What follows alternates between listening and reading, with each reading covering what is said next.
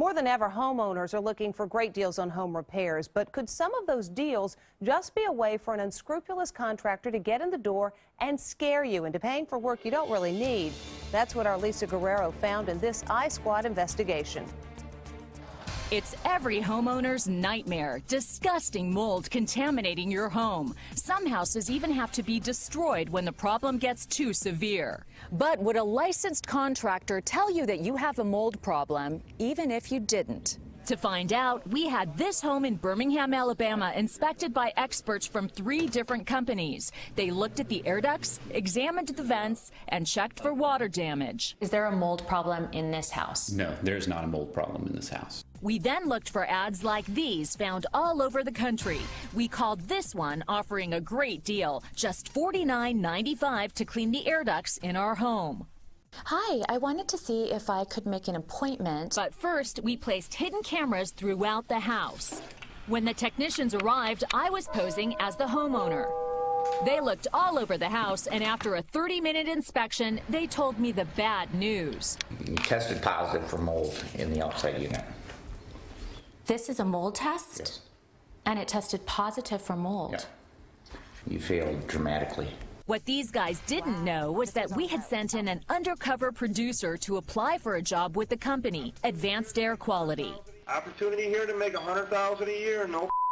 This is Ed Perro. He's been running businesses like these for years, and he knows you can't get rich cleaning air ducts for $49.95. Okay, I promise you. Okay, we're gonna find mold. Okay? Back at our house with our hidden cameras, the unsuspecting salesman from Advanced Air Quality showed me a vent pulled from the bathroom. What is that?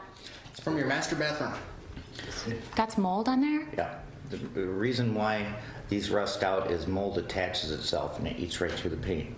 But our mold expert says that's bogus. Do you see any mold here? No, I certainly do not. What he is referring to is obviously rust. So he was trying to scare me? Yes. So what's it going to cost? A lot more than $49. You're looking at $1114.96. Wow, that's a lot of money. When I complain about the price, he calls his manager. That's just a little bit more than she can afford to spend a day. Is there anything we can do for her, sir? Well, it's a level 1 contamination. Level 1 contamination? That sounds serious. But it's really just a trick they use to fool the customer. They learn it in training. Okay, now the manager's gonna ask you, what do you need? A level 1, level 2, or level 3? Based on the customer. Are you gonna need 10% off, or you need 20% off? Or are you gonna need 30% off? Sure enough, that level 1 contamination turned into a 10% discount. You can take the $1114.96 and bring it down to $999.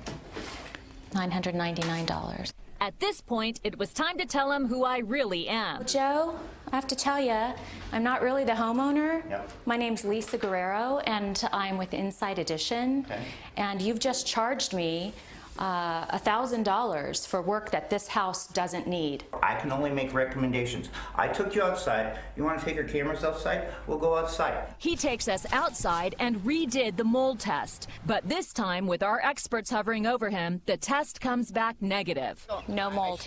We wanted to talk to Ed Perro, the man we were told owns the company. It turns out he's a registered sex offender and has a rap sheet for grand theft, assault, and burglary. We caught up with him on the street, but he wasn't too happy to see me. Mr. Perro, I'm Lisa Guerrero with Inside Edition.